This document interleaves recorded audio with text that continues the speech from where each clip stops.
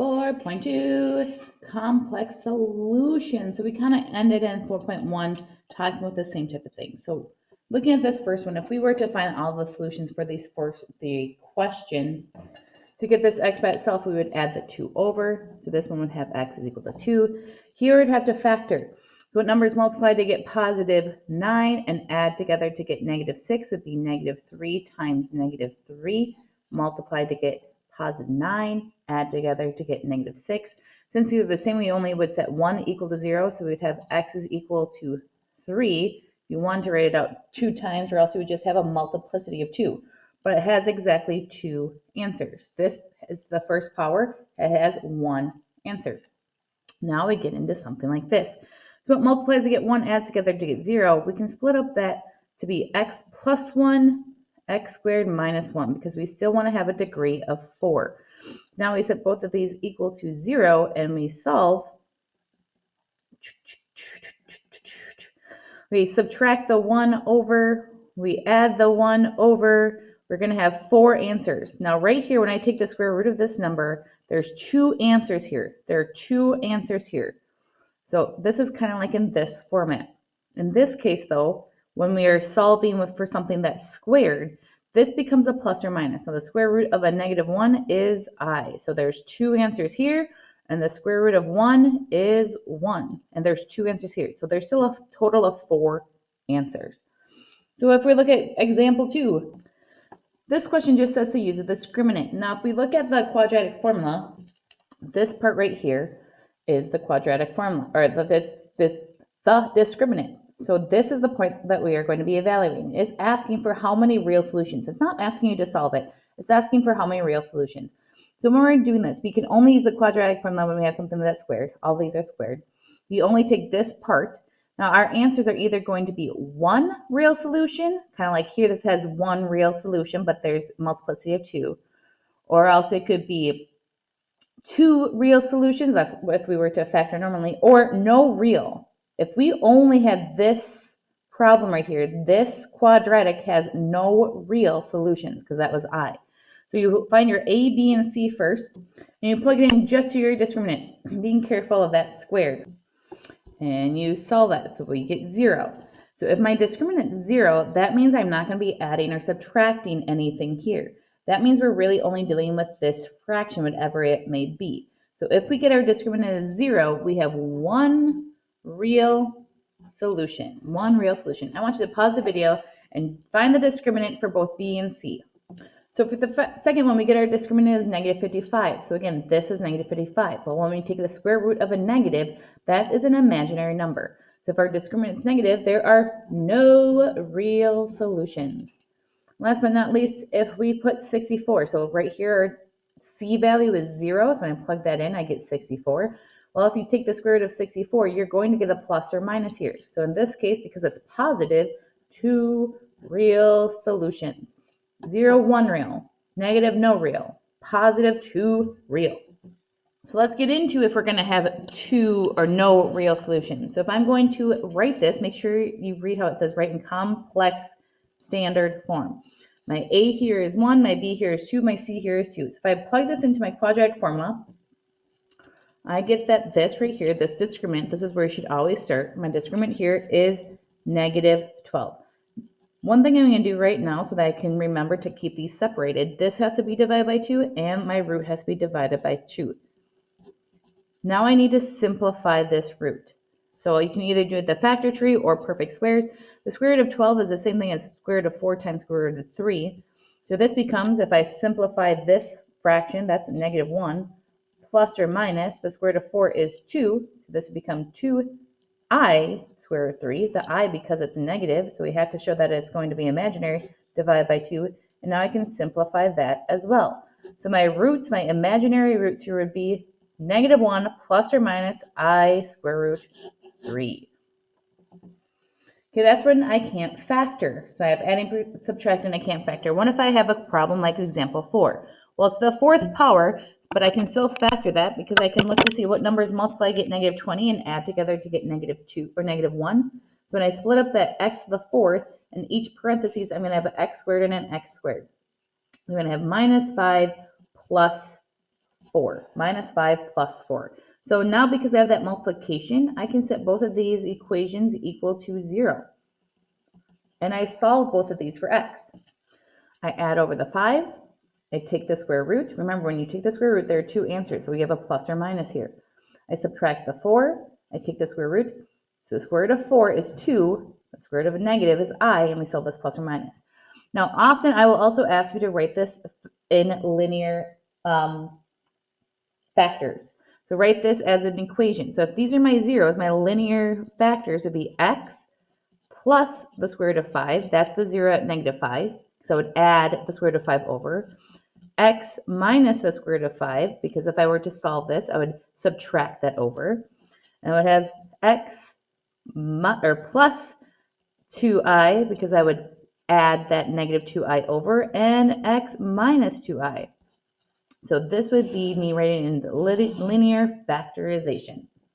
So for this example 5, now it's giving us a 0. Just like we solved, we had a positive negative 2i. When you have an imaginary 0, you have two of them. There's always two.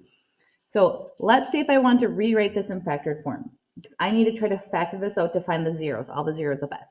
So it's saying that x is equal to, you don't have to write this out, but you definitely can. Sometimes people can see it later. X is equal to 1 plus 3i. So if I wanted to write this in factored form, then I would have to set this equal to 0. So I would subtract the 1 over, and I would subtract the 3i over. And that is one of my zeros. Now, because of imaginary numbers, we also have the answer, even though it's not stated, a negative 3i. So if I were going to solve this equation or set this to my factor form, I would subtract my 1 over, and I would add my 3i over. So now these would be my linear factorization, two of my zeros. I have a total of 4, two of my zeros. Now, because these two are my zeros, I'm going to figure out what these two are multiplied together. So if I multiply these two zeros together, I'm going to make my factor box. You can do it by first, outside, inside, last, but in 3 terms instead of 2. So if I were to multiply these all out together, this is what I get. Now, when you do this, you should always get your i's to cancel. Here's a negative xi, or negative 3xi, that cancels with this positive 3xi. Here's a 3i, that cancels with this negative 3x, or 3i. This is a negative 9 times a negative 1. So now this becomes a positive 9. So if I write out what these two multiply together, again, these two are zeros of this function. It already was stated that. That means one of the factors of this function is x squared. Here I have negative 1 plus negative 1 will give me a negative 2x. And I have this 1 plus 9, plus 9. So it's saying that this right here is a factor, just like how 3 is a factor of 30. So that's what I'm saying is a factor. So now since we know this factor, now if we go back to the actual problem, I have to find the other two factors because there's a total of 4 here. So what I have to do, using that equation that we just found, x squared minus 2x plus 9, we have to divide that out for my x to the 4th. So this is review from either college algebra or whatever class you took last year when you had some sort of algebra course. We have to divide that out so that we can solve it. So when we do our long division, first we have to think, what can I multiply this by so it matches this? This is always when I'm looking at my first term to match. So if I want to multiply that to match, I would have to multiply x squared by x squared, because if I multiply x squared times x squared, I'll get x to the 4th.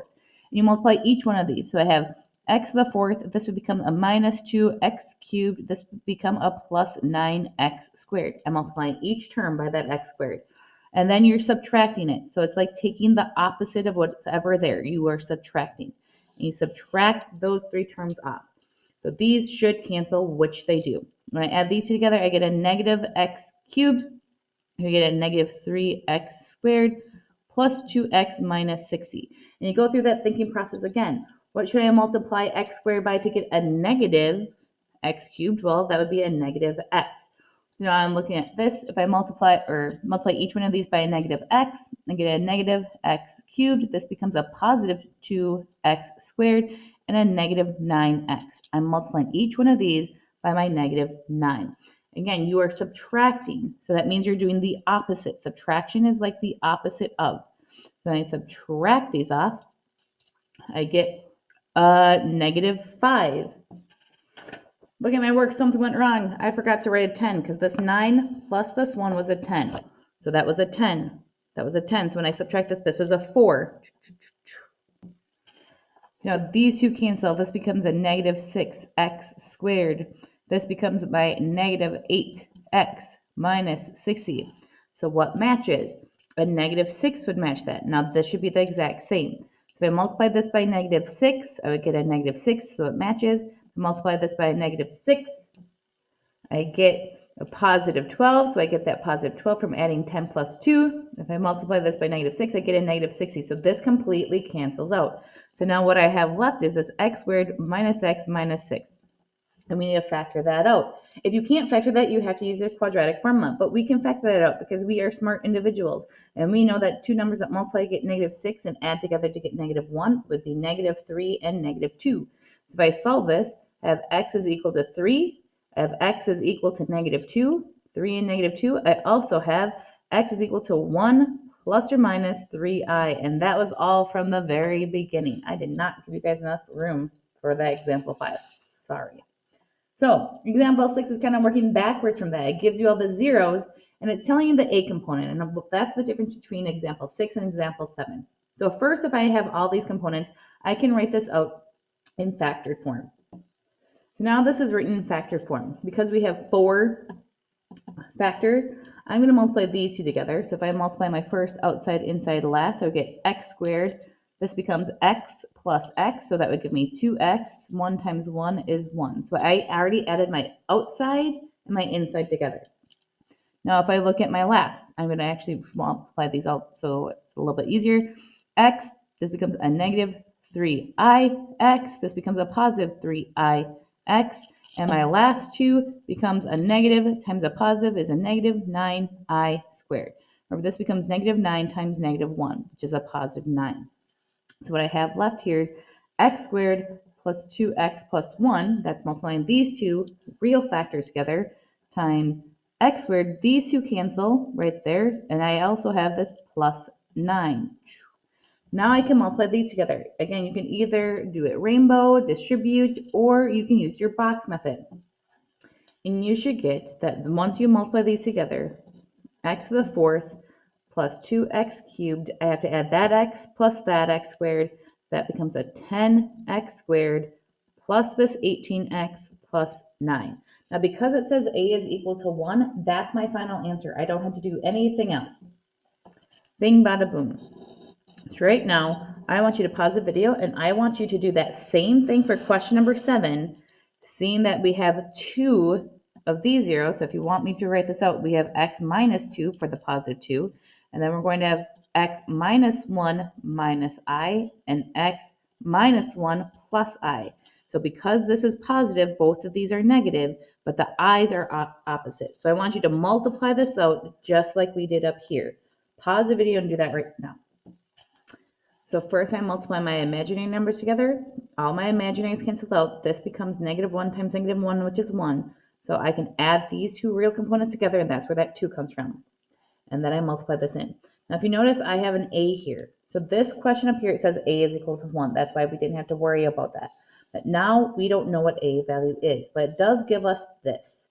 So what this is saying, in this equation, when I plug 1 into my equation, that means that it's going to be equal to 3, my input output. So it's saying 3 is equal to, again, I don't know my a, but if I plug 1 into my equation, so every spot that there is a 1, or sorry, an x, I plug 1 into that,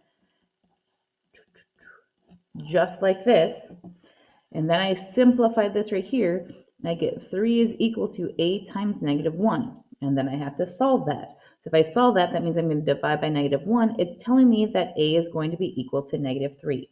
So if I go back up to this problem, now I know that -3 is equal to a. And if I plug that in for a right there, now I can distribute that into my 4 terms. So once I distribute all of these in, I would get a -3x cubed plus 12x squared minus 18x plus 12 is equal to my function. So there would be my final answer. And there you have it. Bing, bada, boom. Have a grand, have a wonderful day.